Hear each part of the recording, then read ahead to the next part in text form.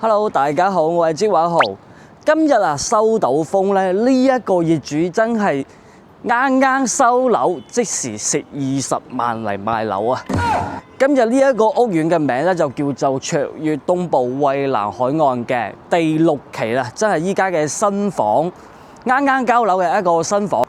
呢一個業主真係講咗你都唔信，交樓到依家都唔曾有半年。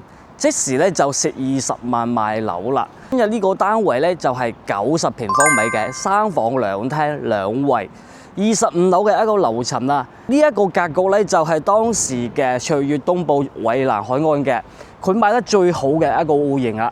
因為咧佢係2個廁所，然後咧得房率幾乎係100%嘅，冇咩浪費到。咁我目前企喺呢個位置咧，就係呢一個卓越蔚藍海岸嘅一個蔚藍天地。佢呢一邊咧就有2個超市，第一個就係永輝超市，咁第二個咧就係華潤超市。華潤超市係呢一個門口入，永輝超市咧就係呢一個門口入嘅。咁呢度咧就係茶飲食肆比較多啦，同埋啲宵夜街之類嘅。咁本身咧卓越蔚藍海岸呢一個小區咧，佢已經唔叫做小區啦，已經叫做社區啦，因為佢已經係分8期開發啦。咁裏面咧下面啲地商都有超市同埋啲生活超市嘅，百貨類嘅全部餐飲食肆咩都有嚇，所以咧係特別齊全嘅一個大型社區啦。咁呢個單位咧90平方米，個業主蝕20萬賣咧，依家總價只需要70萬就可以買得到，70萬就可以買到呢一種高檔小區臨新嘅一個大型社區，3房2個廁所嘅呢種單位仲要係高樓層最靚嘅樓層25樓。咁中意呢種高嘅樓層咧，就不用錯過嘅，梗係呢一套房，因為咧我啱先去睇房嘅時候咧，已經有3組啲客戶喺度睇緊房啦。係比較吸引嘅，同埋啲搶手盤嚟嘅，真係。咁咧，我同大家介紹下呢邊嘅交通配套先。因為東部蔚藍海岸呢個社區咧，佢門口咧就有個巴士可以直達呢個蓮塘口岸，同埋去到羅湖福田嘅。就喺我哋前面呢一個即係商場門口呢一邊有個公交車站台嘅，就係呢個充電站嘅後面啊。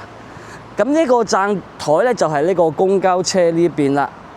西湖巴嘅同埋愛心巴士嘅一個出行點就係呢一個喺度上車，大概係1個鐘頭之內咧就會翻到呢個蓮塘口岸嘅，去到羅湖福田都係1小時15分鐘左右啦。喺度上車就 OK 嘅。咁咧每日嘅班次就比較多嘅，最早嘅班次係由6點鐘開始，早上6點鐘開始就有班次噶啦。基本上一日計起身咧，大概有成20個班次啦。其實係比較密集㗎啦，已經算平時大家過嚟嘅時候咧，提前訂一個票就 OK 嘅。咁第二個出行方式咧，就係去坐地鐵翻福田嗰一邊過關啦。因為呢一邊係臨深圳咧，只需要5分鐘就會去得到。深圳係呢個方向，地鐵口嘅時間大概都係13、14分鐘可以直達到嘅。我哋喺門口坐呢一個公交車站台呢邊坐過去咧，大概都係15、16分鐘咁嘅。揸車同埋坐公交時間差唔多。揸車咧就係唔使停啦，嗰個坐公交車咧就係一站一落嘅。咁第3個出行方式翻到香港咧，無非就係坐高鐵啦。咁呢度坐高鐵咧就係去惠陽高鐵站啦。惠陽高鐵站我哋呢邊過去嘅時間要20分鐘，20分鐘可能仲要多啲嘅，因為睇平時啲車流量啦。去到惠陽高鐵站咧就直達西九龍啦嗰一邊。咁相對嚟講呢度嘅交通肯定係非常之便利啦，因為佢配套比較齊全呢一個係永輝超市嘅一個門口。咁講到呢一度因為套房實在係太搶手啦，就即時上去睇房先啦。因為呢個新房即時買過嚟咧，又降咗20萬，所以好多人搶住買，爭住買所以有興趣嘅朋友一定要好快啲。我哋就上去睇樓先。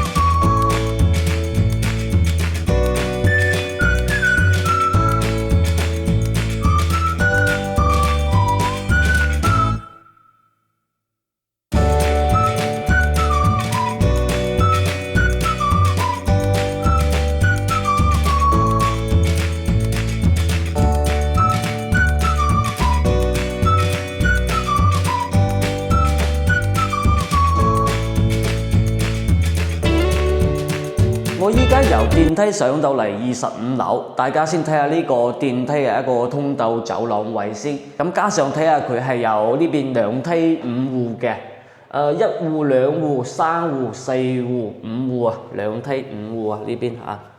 咁我哋今日睇嘅係左手邊，即係電梯出到嚟嘅呢個位置。我哋依家電梯喺呢邊啦啊，我哋出到嚟就係呢一戶。咁咧，首先睇下呢個走廊嘅一啲闊度啊，同埋佢嘅環境。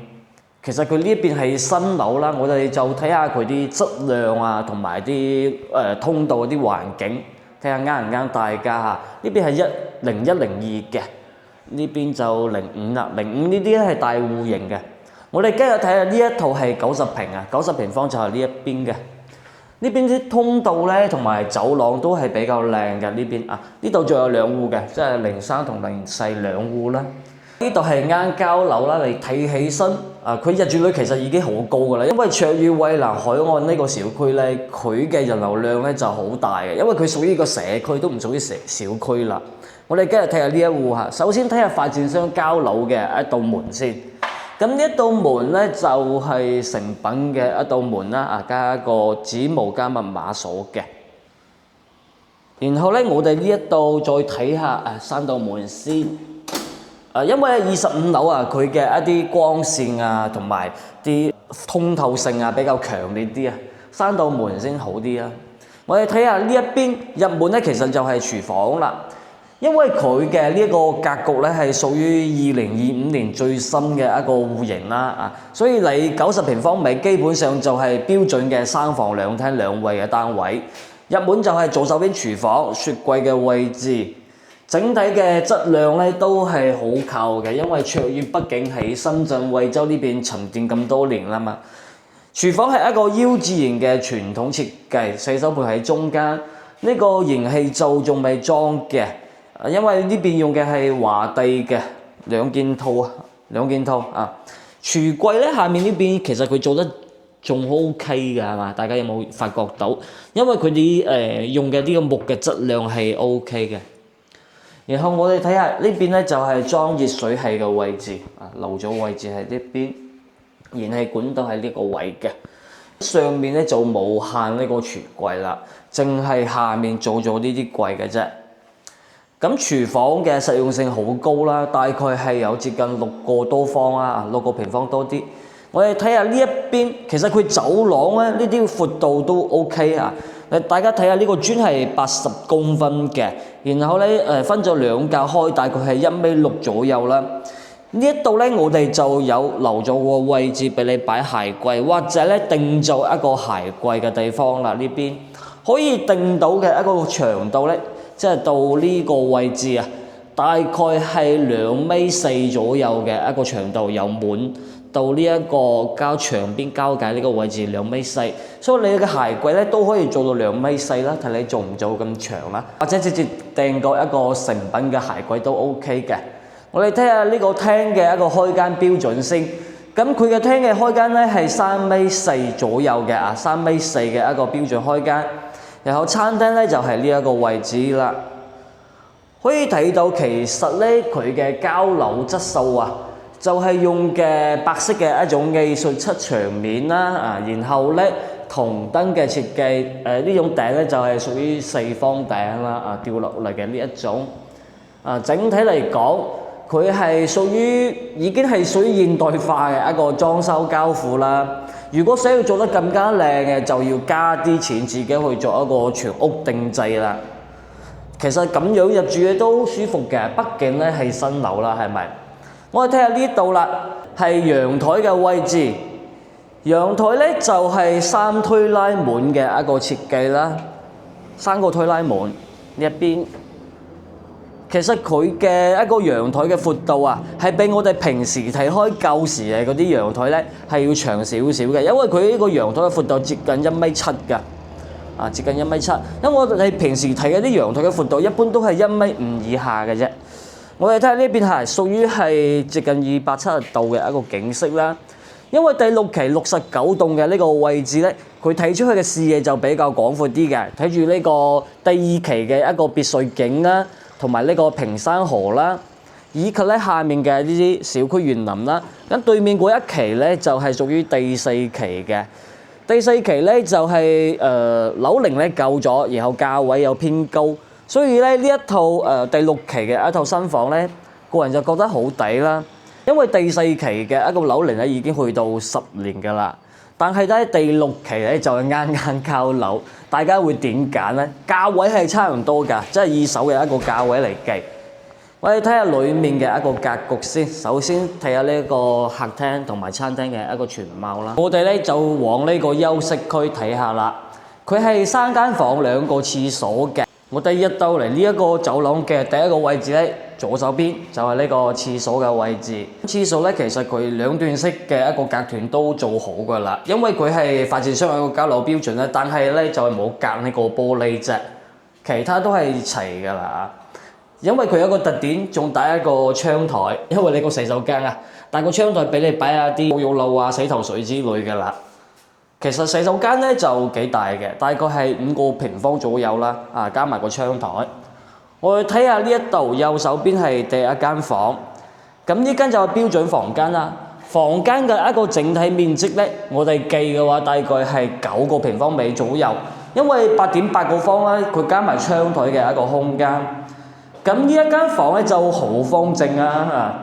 咁呢一度嘅就係電視嘅位置，床頭咧應該係擺呢個位㗎啦。所以咧其實佢嘅位置咧就由你去分佈啦。如果唔夠嘅話，就後期可以自己加裝啲插座啊，或者自己去策劃啲分佈嘅。咁呢個位置咧應該係做呢個衣櫃嘅位啦。一邊可以做一個定製衣櫃，再加個床頭櫃嘅。